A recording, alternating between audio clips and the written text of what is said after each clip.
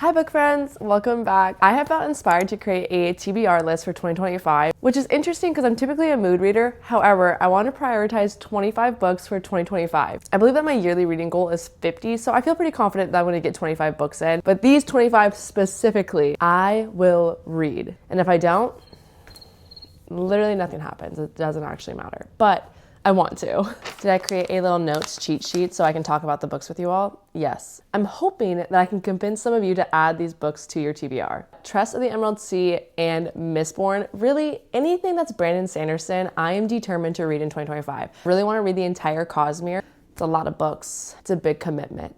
But I feel ready and I feel up for the challenge. When the Moon Hatched. I've seen this everywhere and the reviews are so mixed. I can't tell if it's a book that I'm gonna love or it's a book that I'm absolutely gonna hate and probably want to DNF.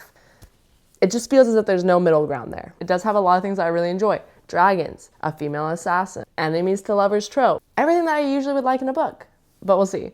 Clockwork Angel, I believe that my sister read City of Bones when we were younger and I never read the series. The Shadowhunter series seems very much up my alley. It's got vampires, warlocks, supernatural beings. Female main character can transform into any being that she wants. So super interesting shapeshifter abilities. Sounds like maybe there's a love triangle that happens in this book as well. Needless to say, intrigued. A Fate Inked in Blood. This is another book that is super popular all over my book feeds. It's Norse-inspired fantasy romance with the FMC containing a drop of power from a goddess. And it also sounds like she has a lot of female rage, which I personally love reading female main characters like that. Blood over Brighthaven. I have not seen one person in my mutual book sphere talk poorly about this book. And quite honestly, I don't think I've seen a review less than 4 stars on it. It's all about the first ever woman that's admitted into this magic high prestigious club, but she begins to unravel a secret that could change everything that we know about magic. It's a standalone dark fantasy. Sometimes I don't always like dark fantasy or dark romance books, but this one seems really interesting. And the reviews on it,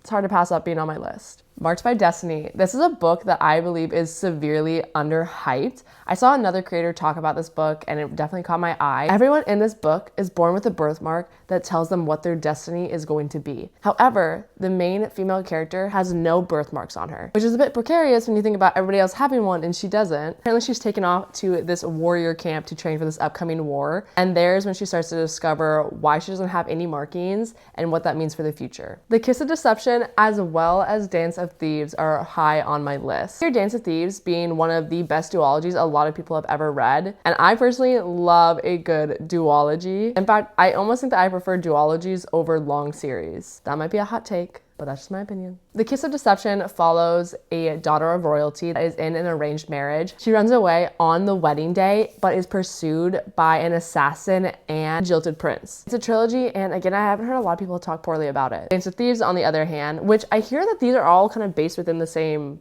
world. Maybe I'm wrong. Correct me if I'm wrong. Follows an outlaw family, a son that is destined to lead, 3 badass women a part of the Queen's Guard, a notorious thief, and a secret that could pull the entire continent apart. Like, tell me that story doesn't sound so intriguing. Jade City is another series that I've heard so many good things about. Essentially, magic comes from jade. The more jade that you have, the more magic and the more powerful you are. However, there's this drug that's created that allows everybody access to the jade power, so it ignites this war between clans. And from what I gather, it's all about, are they gonna get this under control? Not that I'm going to diminish the story and the plot of what this book is, but the drug part kind of reminds me of in Crescent City when they create that drug that makes people like super powerful and like access to all the magic that they should have, but then they go crazy.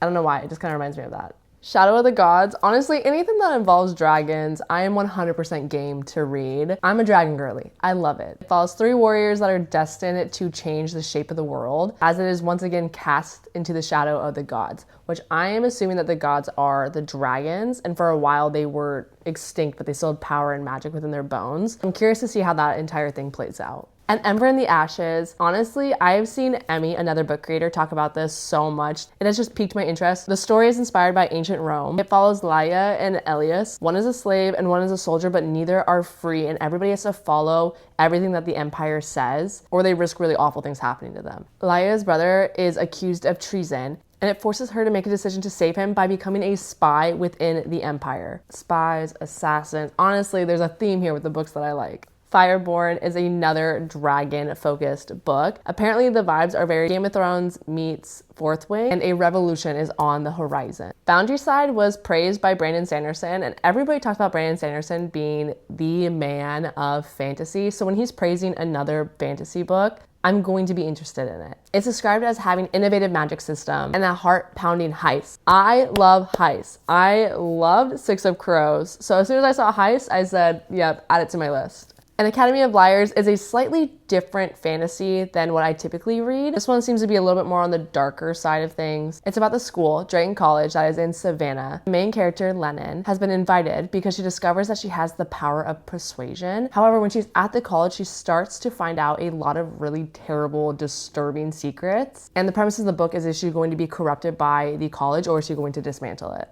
Assassin's Apprentice, I had to put Robin Hobb on this list. I feel like 2025, I'm really stepping into my higher fantasy reads. It follows an illegitimate son to the king and how he's been outcasted from court, but he has been secretly training to be an assassin. So from my understanding, it's how the story is going to follow him and what he's going to do. Is he going to dismantle the throne? Metal Slinger, honestly, I don't know a lot about this book other than it has been all over my book feed. I was told to go into this book blind and not know a whole lot about what it is even about. So that's what I'm doing. I'm nervous because the last really popular book I read, Quicksilver, I did not really care for at all.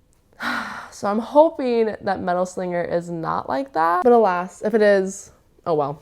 For She Is Wrath, it's a Pakistani romance fantasy where the female main character seeks vengeance against everybody that has betrayed her, including an old love. She's framed for a crime that she didn't commit, and this book also has some dark magic systems. The Sword of Kaigen is a standalone fantasy, but honestly, this cover just gives off Avatar: The Last Airbender type vibes, which is why I added it to my list because that's one of my all-time favorite shows. British Kingdom follows a warrior princess. Again, the theme, it just keeps coming up. Warrior princesses, assassins. It's what I'm into. She's been arranged to marry the king of a kingdom that she does not like, and she wants to dismantle it from the inside. However, when she gets there, she starts to understand why the king is the way he is, how the war is actually playing out. Zodiac Academy, honestly, I feel like I've added this to my list just because I have FOMO and I see everybody talk about it, and it kind of just looks like it's trashy reality TV put into a book with mythical beings. It sounds really just like a good time that I'd vibe with it. Spark of the Everflame. The female main character is fighting against injustice and oppression. It's a slow burn, enemies to lovers, with mythical creatures in a mortal world that was colonized by the gods. I hear that this series gets better the farther into the books that you get, so I'm gonna hold you guys to that. Heir, which is by the same author as An Ember in the Ashes, it interweaves the lives of 3 characters, which I really enjoy books like that, where you're following 3 different people, but somehow everything comes together. House of Bane and Blood has been said to be like Peaky Blinders meets the Grishaverse, which again, I love Six of Crows.